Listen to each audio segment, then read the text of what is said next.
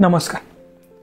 ज्यांनी आपलं बालपण समृद्ध केलं ते मराठी चित्रपटसृष्टीतील तुमच्या आमच्या सगळ्यांचेच लाडके अशोक मामा, अशोक सराफ. अशोक सराफ मूळचे बेळगावचे, पण त्यांचा जन्म झाला मुंबईमध्ये. दक्षिण मुंबईमधील त्यांचं चिखलवाडीत त्यांचं बालपण गेलं. त्यांनी आपलं शिक्षण कंप्लीट केलंय मुंबईच्या DGT या महाविद्यालयातून. त्यांनी आपलं शिक्षण कंप्लीट केलं आणि पुढं म्हणजे लहानपणापासूनच त्यांना नाटकाकडे असलेलं त्यांचं अट्रॅक्शन आणि त्यामध्ये असलेला इंटरेस्ट म्हणून त्यांनी वयाच्या 18व्या वर्षी शिरवाडकर यांच्या ययाती आणि देवयानी या नाटकातील विदूषकाची भूमिका त्यांनी व्यावसायिक नाटकात साकारली आणि आपल्या अभिनय क्षेत्रात त्यांनी पदार्पण केलं. पुढे गजानन जहागीरदार यांच्या दोन्ही घरचा पाहुणा या चित्रपटात त्यांनी एक छोटीशी भूमिका साकारली आणि पुढे दादा कोंडके यांच्या पांडू हवालदार मधील इरसाल पोलीस आणि राम राम गंगाराम मधील हमद्या खाटी यांसारख्या बहुरूपी भूमिका त्यांनी लिहिल्या साकारल्या.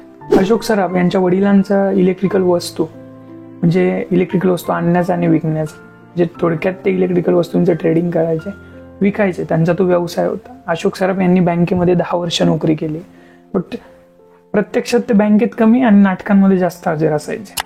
अशोक सराफ यांना आम्ही ओळखतो त्यांच्या विनोदी भूमिकांमुळे. अशोक सराफ यांच्या आयुष्यातील महत्वाचे जे मराठी चित्रपट आहेत त्यामध्ये नवरी मिळे नवऱ्याला, गंमत जम्मत, अशी बनवा बनवी, भूताचा भाऊ, आयत्या घरात घरोबा यांसारख्या चित्रपटांनी त्यांना ओळख दिली. यांसारख्या चित्रपटांमधून अशोक सराफ एक महत्वाचं विनोदी पात्र म्हणून आमच्या समोर आले. अशोक सराफ यांचा पुढे विवाह झाला निवेदिता जोशी, जे ज्या की आत्ताच्या निवेदिता सराफ यांच्याशी त्यांचा विवाह झाला आणि त्यांना एक मुलगा आहे अनिकेत सराफ. आणि त्याचबरोबर त्यांच्या आयुष्यातील महत्वाचं नाटक म्हणजे हमीताबाईची कोठी हे त्यांच्या आयुष्यातील एक महत्वाचं आणि उल्लेखनीय नाटक.